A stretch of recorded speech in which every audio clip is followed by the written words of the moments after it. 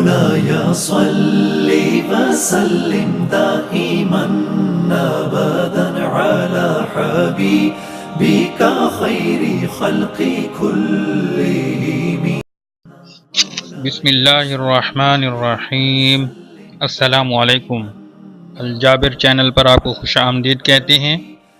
آج ہم آپ کو حضرت سعد بن عقبہ رضی اللہ تعالی عنہ کی ایمانی طاقت کے واقعہ کے بارے میں بتائیں گے۔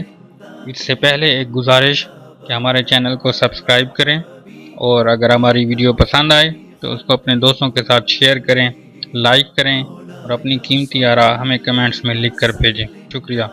حضرت سعد بن عقبہ رضی اللہ تعالی عنہ شہر بحرسیر کے نیچے اترے اور چند دن وہاں رہے، کیونکہ دشمن کے مقابلہ کے لیے دریا پار کرنا تھا۔ حضرت سعد رضی اللہ تعالی عنہ نے اللہ کے بھروسہ پر یہ آیت کا ورد کیا: نستعین باللہ ونتوکل علیہ، حسبنا اللہ ونعم الوکیل، لا حول ولا قوۃ الا باللہ العلی العظیم۔ اس آیت کا ورد کرتے ہوئے اپنے گھوڑے کو سمندر میں ڈال دیا، اور لشکر کو بھی حکم دیا کہ وہ بھی اس میں بے خطر کود جائیں۔ چنانچہ سارا لشکر اپنے گھوڑوں کو لے کر دریا میں کود پڑا۔ جب دوسری طرف ساحل پر اترے تو گھوڑوں کے کھر بھی بھیگے نہیں تھے، اور یہ منظر دیکھ کر کفار کا لشکر حیرت میں پڑ گیا اور کہنے لگا کہ دیو آمدنن، یعنی کہ دیو آ گئے ہیں، اور یہ کہہ کر بھاگ گیا۔